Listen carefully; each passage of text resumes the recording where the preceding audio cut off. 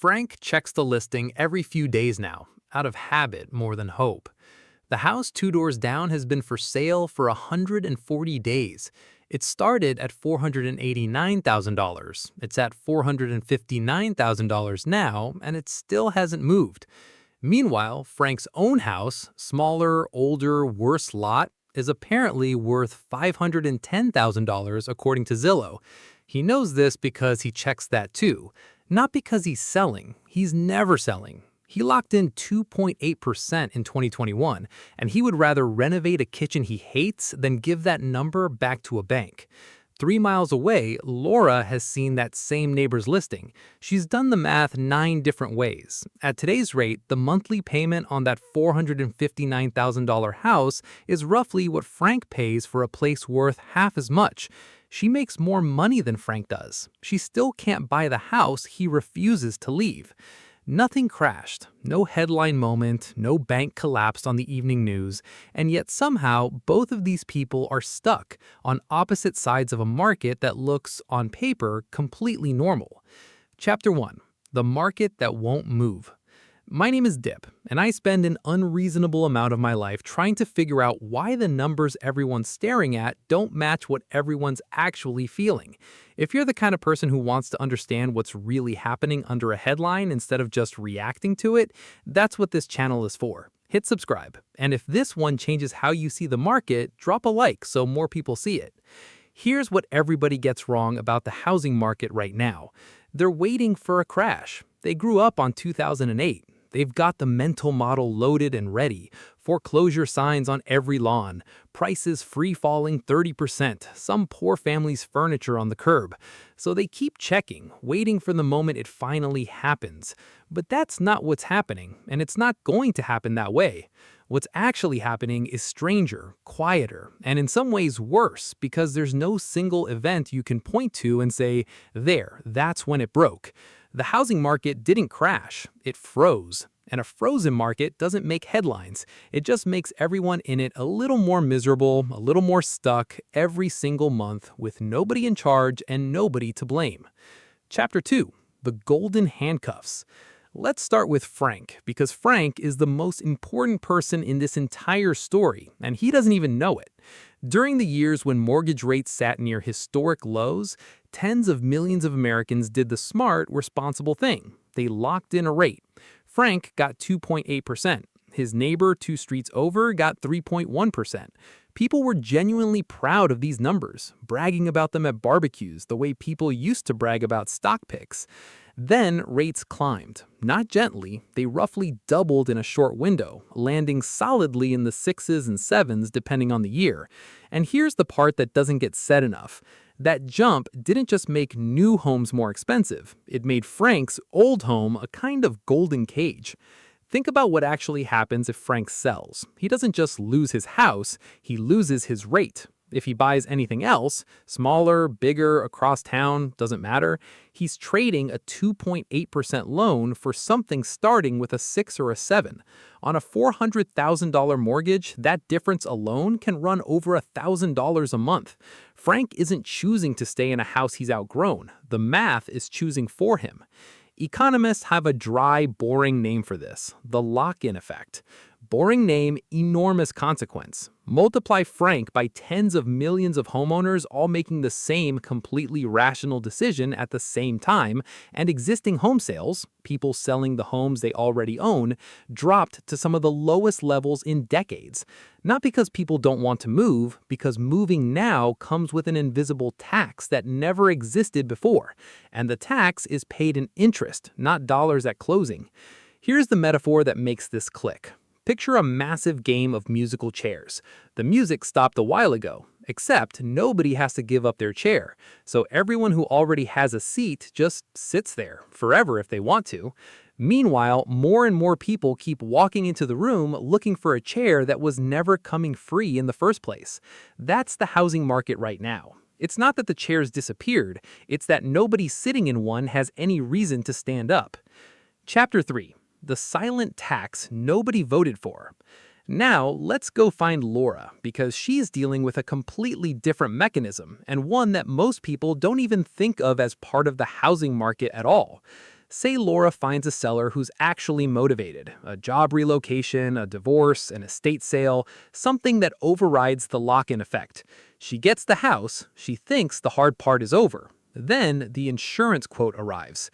In parts of the country most exposed to flooding, wildfire, or severe storms, homeowners' insurance premiums have climbed dramatically over the past few years. In some regions, homeowners have seen their premiums double or triple at renewal, when they can get renewed at all. Several major insurers have pulled back entirely from writing new policies in the riskiest states, leaving homeowners funneled into smaller, pricier backup insurers or state-run insurer of last resort programs that exist specifically because nobody else will take the risk. This part matters because it's invisible in almost every conversation about affordability. Everyone talks about the price of the house. Everyone talks about the interest rate. Almost nobody talks about the fact that the insurance and property tax bill bolted onto that mortgage payment has, in some markets, grown fast enough to functionally cancel out a modest drop in home prices or rates. Laura could get a slightly better deal on the house itself and still end up paying more every month than she would have 3 years ago purely because of a bill that has nothing to do with the mortgage at all. Here's the part that will genuinely surprise you. This is starting to create something researchers have quietly started calling climate insurance foreclosures. Not people losing their home because they missed a mortgage payment, but because they simply cannot absorb another insurance renewal. The house is fine. The loan is current. The insurance bill alone is the thing that breaks the budget. It's a foreclosure with no dramatic villain, no missed payment history, just a slow-motion premium hike that outran a family's income. Chapter 4. Who is actually buying? So, if regular buyers are locked out by rates on one side and squeezed by insurance on the other, who's actually purchasing the homes that do come up for sale? Increasingly, it's not families. Institutional buyers, large investment firms, and cash-heavy operators have expanded their footprint in the single-family rental market over the past decade, concentrating heavily in fast-growing Sunbelt metros. They don't need a mortgage. They don't care what the rate is. A cash offer closes in days. No financing contingency, no appraisal drama, no waiting on a lender. To a stressed seller, that offer is irresistible, even if it's not the highest number on the table. This doesn't mean some faceless hedge fund owns the whole neighborhood. In most markets, they're a real but modest share.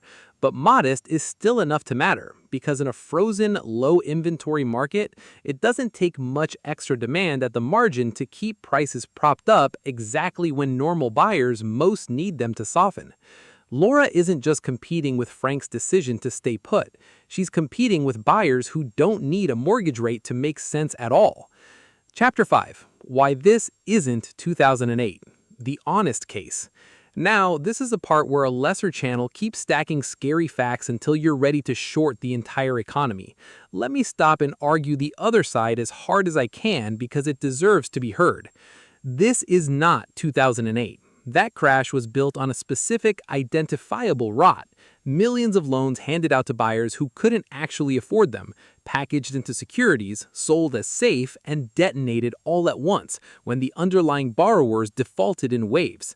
Lending standards today are dramatically tighter. The vast majority of current homeowners qualified with real income verification and meaningful down payments.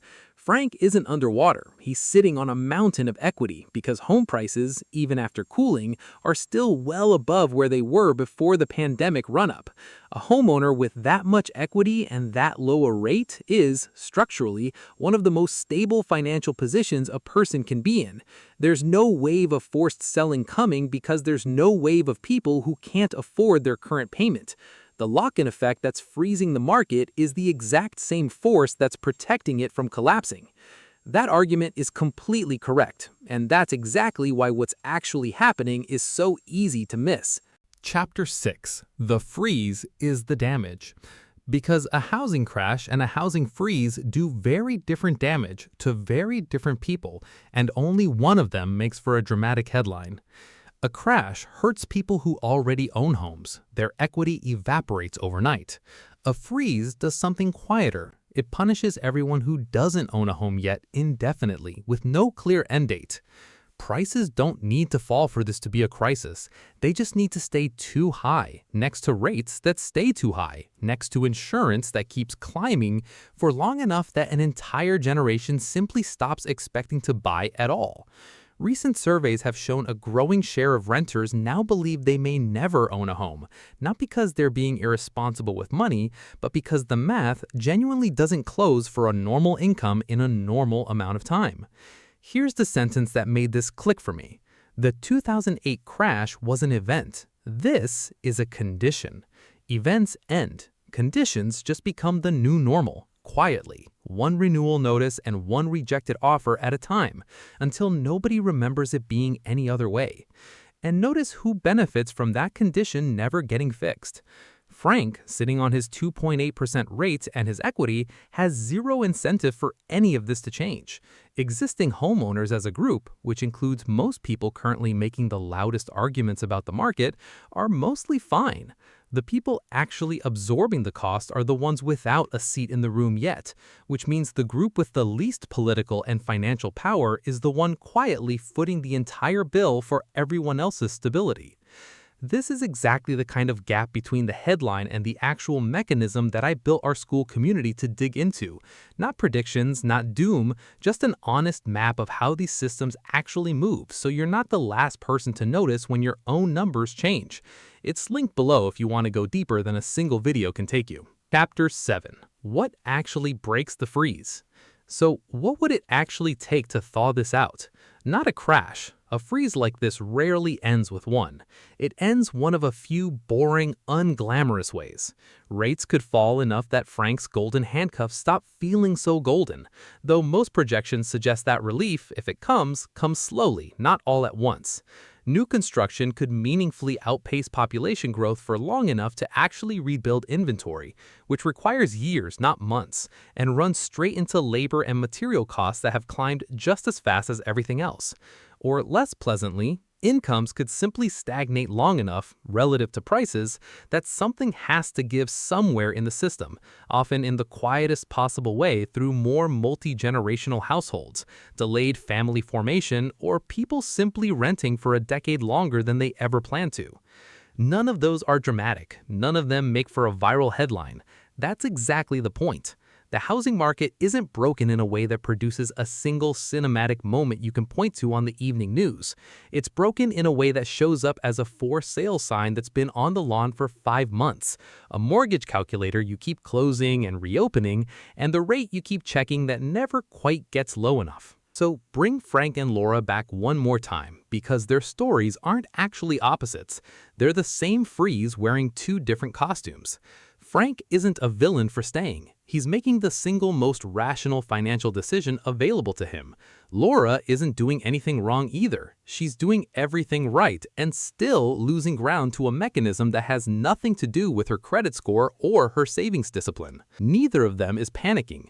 Neither of them thinks they're living through a historic moment. They're both just being completely reasonable inside a market that stopped rewarding the normal path a few years ago and never bothered to announce it. And that's the real answer to the question in the title. WTF just happened to the housing market isn't a mystery with one culprit. It's millions of individually sensible decisions. Stay put, lock in, go cash, pull back from risky states, all leaning the same direction at once, freezing a market that used to move every few years into one that now barely moves at all. There's no bunker to build here, no single trade to make. But there is a difference between checking a Zillow estimate out of habit and actually understanding why the number in front of you refuses to move the way it used to. Now you know which one you're doing. The rest of the market is still going to keep checking their phones, waiting for a crash that already happened, just not in the shape they were told to expect.